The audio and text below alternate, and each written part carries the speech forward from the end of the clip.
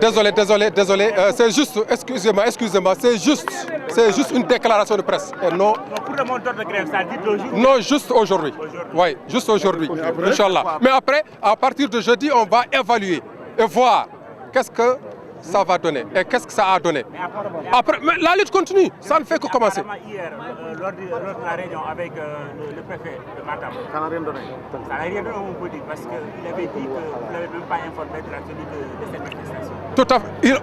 On lui a bien précisé, on lui a bien informé que c'est une information qui n'a pas été passée. L'information n'a pas été donnée. C'est le vendredi passé, je vous dis, que les commerçants ont compris qu'il y a un projet qu'on appelle Promogène. Même la mairie a aussi apporté une réplique en disant que rien n'a été encore fait. Non, écoutez-moi bien, écoutez-moi bien. Ils voulaient nous prendre en dépourvu, c'est-à-dire nous mettre devant les faits. Et c'est ce qu'on a refusé et ce qu'on refuse. En attendant l'arrivée des représentants de Promogène, On ne le recevra pas. On ne le recevra pas. Si par exemple le Promogène voulait être reçu, il ne devait pas faire de cette sorte. Non. Ouais. Comment? pour la réhabilitation. J'ai pas compris. Non, c'est pas vrai. C'est pas vrai. C'est pas vrai. Non, c'est pas vrai. Oui. On n'a pas été averti. Non, c'est pas vrai. Non. Si on était averti, on n'allait pas vraiment réagir de la sorte. On ne part pas. On va rester jusqu'aux preuves du contraire. On ne doit pas démolir ce marché.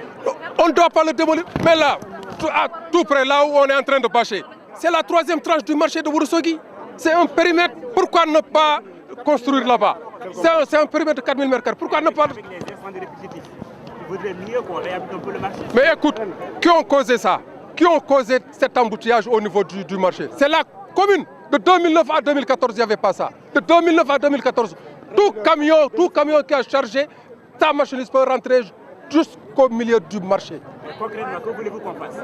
Comment? Concrètement, que voulez-vous qu'on fasse? Il faut qu'on discute, qu'on parle concrètement avec tous les acteurs concernés. Avec tous les acteurs concernés. Pour que demain, il n'y aura pas faille.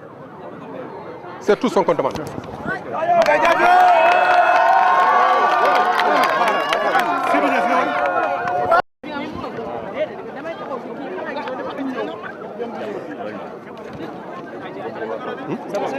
Ok,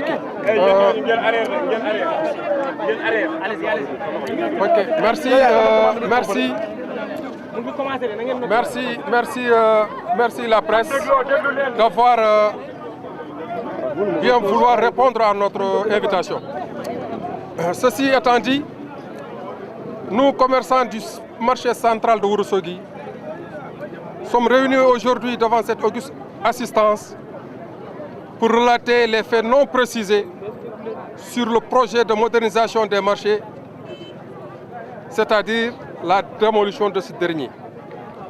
Nous constatons amèrement une absence d'information sur le projet par la mairie et le groupe Promogène, principal bailleur. À notre grande surprise, un vendredi soir, surpris d'avoir vu le Khelcom Bâche venir aménager des sites, soi-disant sites de recasement. Cette idée diabolique, voulant chasser les commerçants sur les cantines, était bel et bien préparée par le maire et le groupe Promogène, bailleur principal. Nous ne refusons pas le projet, mais nous voulons la construction d'un nouveau marché sur un nouveau site. On n'a pas besoin de la démolition du marché. C'est un projet qui a pris ses débuts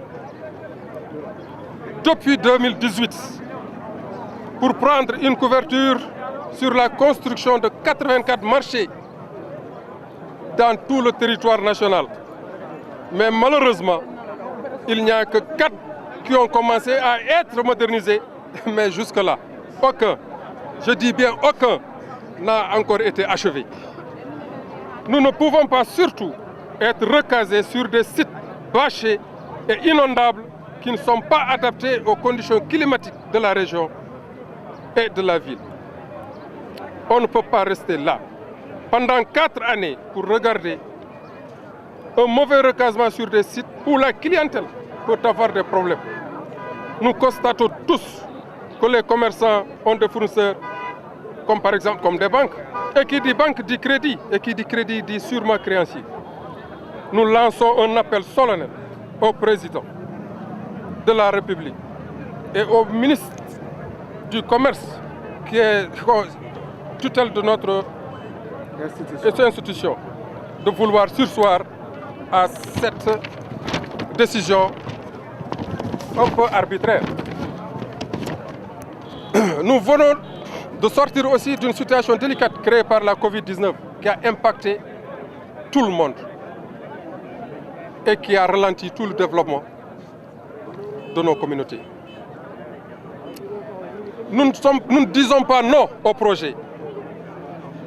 Nous l'accueillons à bras ouverts, mais nous disons non à la façon dont ils veulent le parachuter. Nous disons non à la façon dont ils veulent nous l'imposer.